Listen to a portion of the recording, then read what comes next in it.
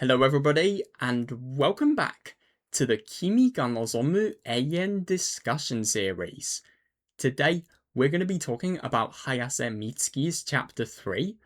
Now, this is the last chapter 3 I've had left to read, and out of all of the chapter 3s, it definitely feels like the shortest. Obviously Haruka's feels like the longest by a mile off, but then Akane's chapter 3, it also took me 3 sessions to complete, but I don't know, this one just felt like it went quicker.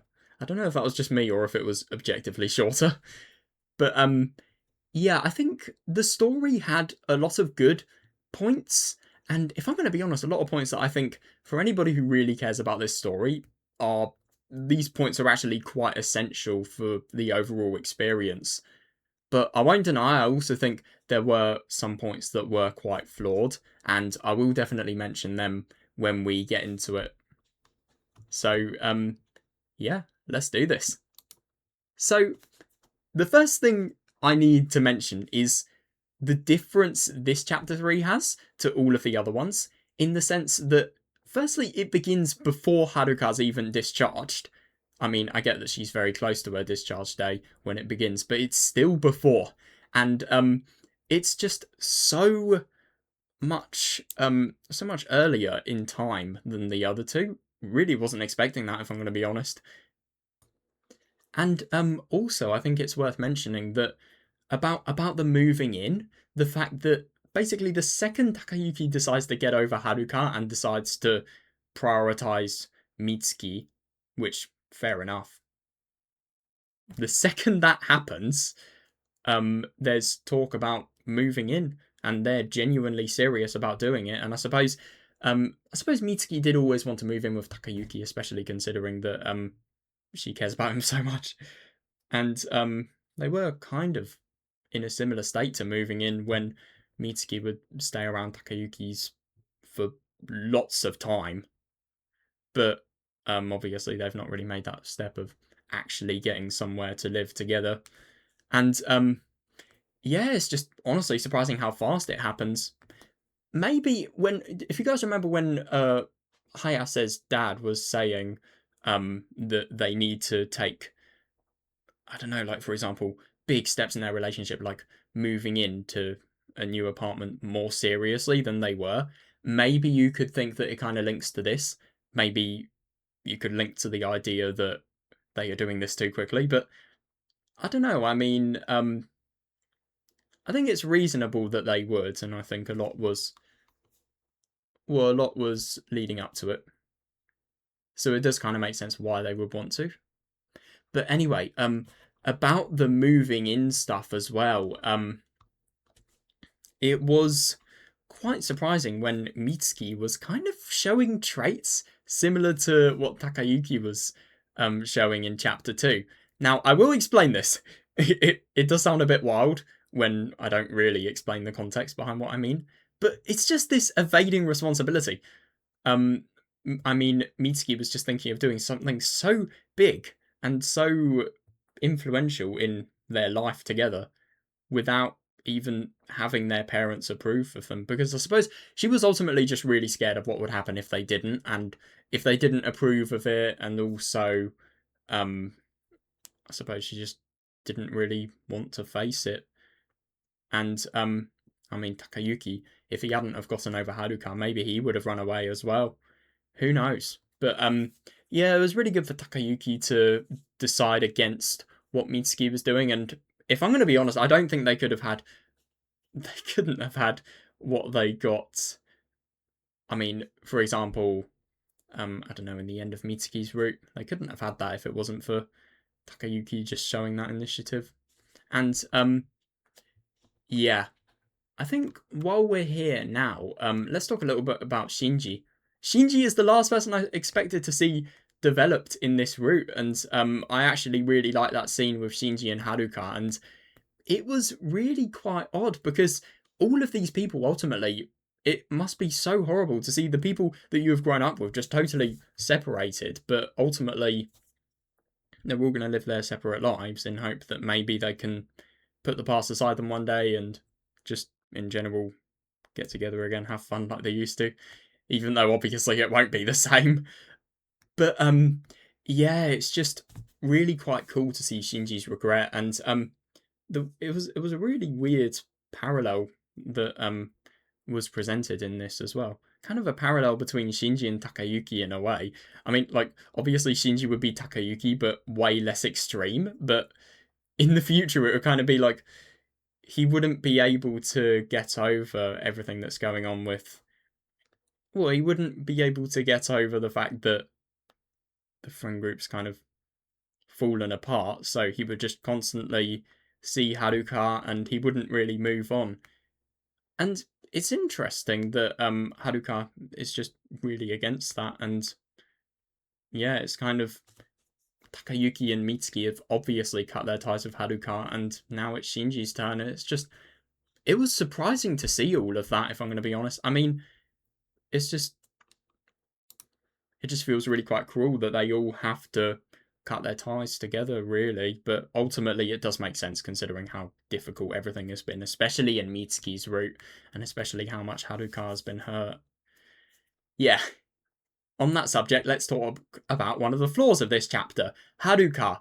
Dude, Takayuki has gotten over Haruka. I mean, I like the bits where he was just thinking to himself that this relationship has begun all as a result of Haruka and all as a result of her sacrifice. And he must make the relationship as good as possible as a result of that. Yeah, sure, that's cool.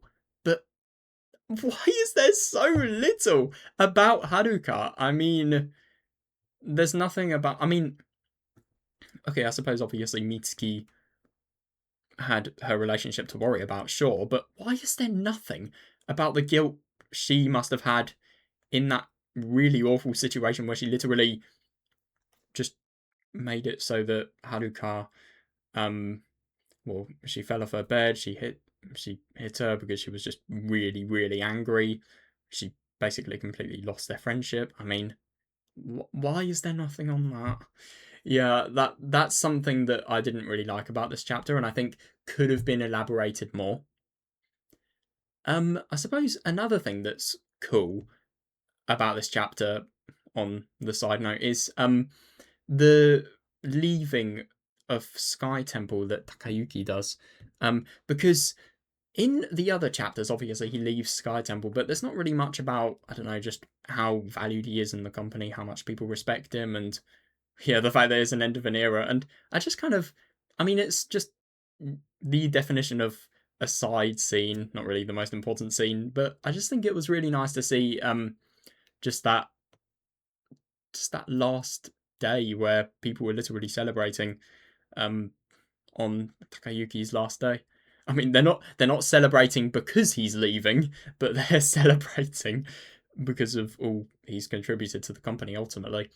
I like that, and I thought that was really quite nice. And also, now that we're here, I think it's probably a good idea to get on to, let's be honest, the biggest part of chapter 3. Yeah, these people. Trying to convince these people that the relationship is something that can happen. Marriage. Oh my god. So, this was an experience, let's just say. Firstly, I thought that Mitsuki was pregnant, and let's be honest, everybody who read this probably did. I mean, especially considering that she was dizzy and she fell down the stairs. But I think that was all caused by stress in the end, just stress about what is going to happen. I mean, ultimately, it was such a big moment communicating everything that needed to be to these people. But yeah, I mean, of course, I couldn't help but think it was possible signs of it. And if I'm going to be honest, I think all of the I think everything would have been so much more difficult if Mitsuki was pregnant. I think Mitsuki. I mean, let's be honest, the main reason Mitsuki's parents actually begun approving of the relationship was because, if you ask me, I think at first they thought Takayuki was some manipulative arsehole who's basically robbed their daughter of her entire future. And when Mitsuki kind of proved just how passionate she was and how much she actually, well, how much it meant to her and how much she did to help Takayuki, and obviously her guilt in the accident, I suppose their view changed. But if Mitsuki was pregnant and she had all of that worry, then how could she have the composure to actually do something like that? But to be fair, I suppose you could argue that they could just reschedule it and then maybe she could do the same. But at the same time, I mean, it's just one of those awful things where you just want it to be over with as soon as possible. That wait in between, if they had to reschedule it just because of how awful Mitsuki was feeling, that would have been awful. But yeah. You remember what I was saying about the beginning at the beginning of the video, the fact that there are a few parts that are really quite essential in this, and yeah, I did kind of gloss over it just now.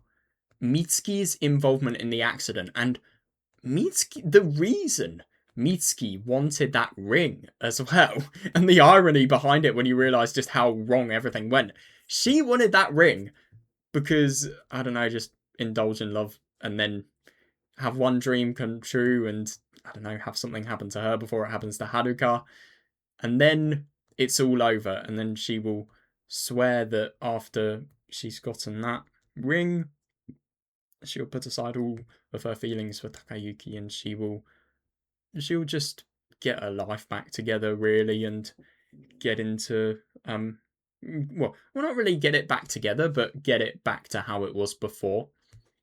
Yeah, the irony is, I mean, that the opposite happened because the accident happened and then, well, this chapter is now possible as a result of that accident. But yeah, that was really quite nice to see. And also, on a personal level, I completely forgot about the. I mean, I remember that Takayuki's parents had a strained relationship with Takayuki as a result of everything that had gone on. About him just not having a job, not having a future, and let's be honest, them not understanding his situation. And I was happy to get a reminder of that because I completely forgot about that part of the plot. But yeah, it was nice to see this last scene. Obviously, we got the classic in Kimi ga Nozomu Eien's chapter 3's conversations that are so long that you could probably spend an entire session reading the conversation. And I mean, like, okay, if you read the conversation between Mitsuki and her parents in an entire session, I bet you would have enough to last you maybe an hour to an hour and a half if you read it in real depth and you thought about a lot that was said. I mean, these conversations are so long, it's just ridiculous. But it's just kind of the thing that ironically defines chapter 3 for me. Just ridiculously long and dragged out conversations. I still think there was good justification in dragging this conversation out though, and yeah, it was nice to see. And my god, it's just after this, everything had been solved because ultimately, I think Takayuki is definitely going to have some tension with Mitsuki's dad. Of course, it's going to be a bit difficult for them to actually get onto normal terms. But if I'm going to be honest, I think this is just one of the things that time is going to heal. I actually really like what he was saying about the fact that Mitsuki has abandoned her future. Yeah, sure, but she's found something equally as worthwhile, so she needs to make the most of it. And I thought that was really cool. If I'm going to be honest, I feel like in this last scene, the second that Mitsuki's mum offers shochu or something like that, I think that's what it's called. I don't actually know what that is. Some drink or something. Yeah, that's when we realise that he is willing to accept Takayuki. Overall, I like this part. I think I definitely think that this was a little bit less interesting than Akane's chapter 3 and Haruka's chapter 3 actually, but I still think it was cool in its own way. But yeah, now let me just talk about the flaws that I think were in this chapter. So, firstly, there's all of the ideas about pregnancy, and we see at the end of chapter two's Mitsuki route that Takayuki does become a dad, Mitsuki becomes a mother. But I mean, why do we see that at the end of chapter 2, but we see none of that at the end of chapter 3? I mean, if I'm going to be honest, I think everything after the relationship had been confirmed that it was going to work out in chapter 3, I actually preferred everything after Takayuki uh, fully fully proved his feelings for Mitsuki in chapter 2. Genuinely, I did. And I mean, I just kind of feel like I would have liked to see more after Mitsuki had decided to well, not sorry, I don't know what I'm saying. After Takayuki and Mitsuki had moved into the flat. And also, I would have liked to. This goes with all the chapter threes, actually. I would have liked to see some sort of indication of. Well, I don't know, just like a few scenes where Takayuki is at work in his new job, or just more information about what he's doing. Oh yeah, can I just mention on the subject of new jobs? I think it was really interesting that Mitsuki actually became a swimming instructor instead. I mean, let's say, I don't know, weird thing to imagine, but my mind. Let's say Mitsuki's situation was now real, and then, I don't know, I was the one who experienced exactly that. I don't know, I just feel like I would be so clouded over by regret that I wouldn't really be able to go back to actually doing something that involved swimming. But I suppose Mitsuki, even though she did have proper regret, it was firstly what has defined her life until now, but it's also, I suppose, a passion that she's had. And even though obviously it was really sad that it ended, there was still probably a fuck ton of good memories that she's had. And I suppose it's just kind of nice that in the end, this is the proper good ending, because even though her future hasn't been what she wanted it to be at first and what she was training so hard for it to be, she still made the best out of the situation ultimately. And she's not let those skills that she had go to waste, I suppose, which is quite nice. But I think it's just genuinely impressive, because I think that really shows that she's probably conquered any regret she might have had.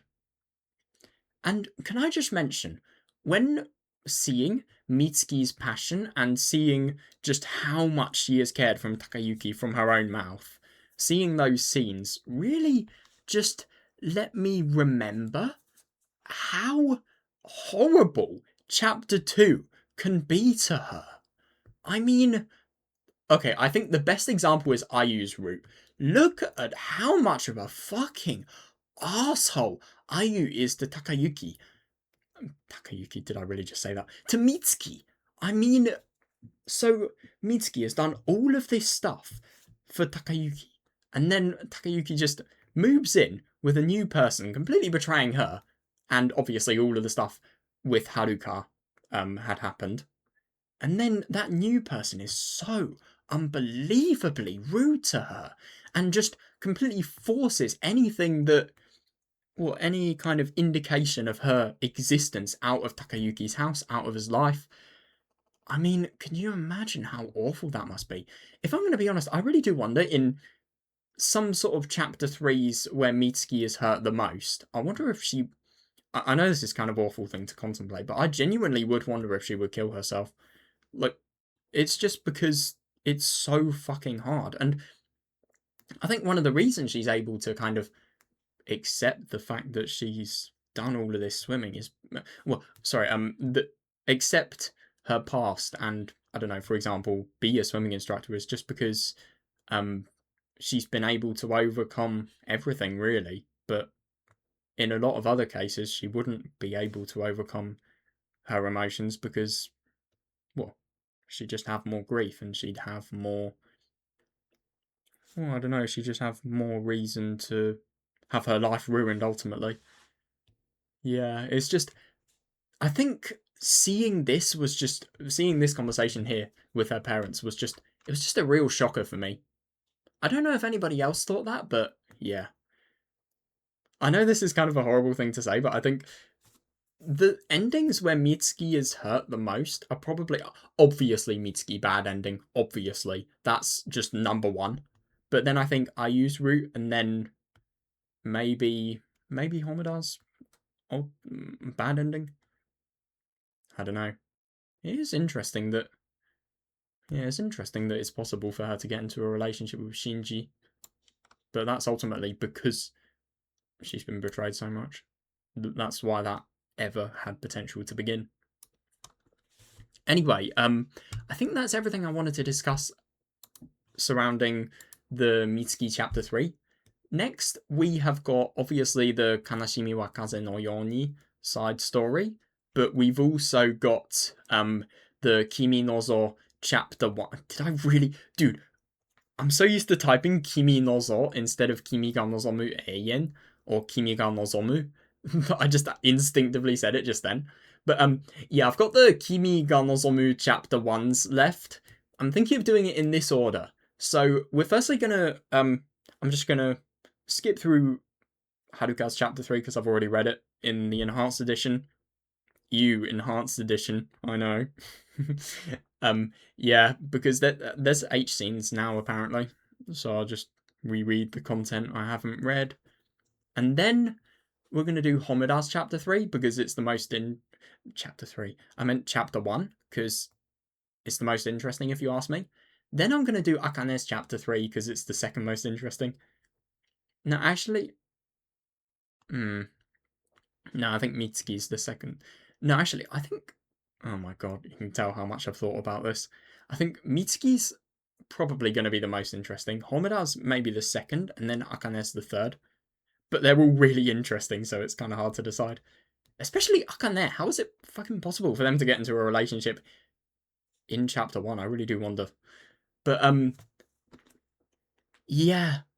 I think Mitsuki's chapter 1 is going to be the finale for all this, for this visual novel entirely, because I just think it's just the most suitable, because ultimately all of chapter 2 is about Takayuki and Mitsuki's strained relationship. So I suppose having her and Takayuki fall in love at first, I don't know if I can explain this very well, but it just kind of feels like a definitive finale to me. Yeah, I've really not got that much left. I mean, I know that Haruka's chapter 1 was like, well, I don't know, I could literally do it in a session. But I'm assuming the other ones are going to be quite a lot longer. So I'd assume like maybe a week and a half at the most, which is really quite hard to believe. But yeah, it's so, it is actually really weird to believe. But yeah, that's all we've got left. Anyway, yeah, I hope you guys enjoyed this discussion video, and I'll see you guys later when next video, by the way, it's going to be an entire discussion video on Kimi ga Nozomu chapter 1. We're going to do basically 4 and 1. Yeah, see you then.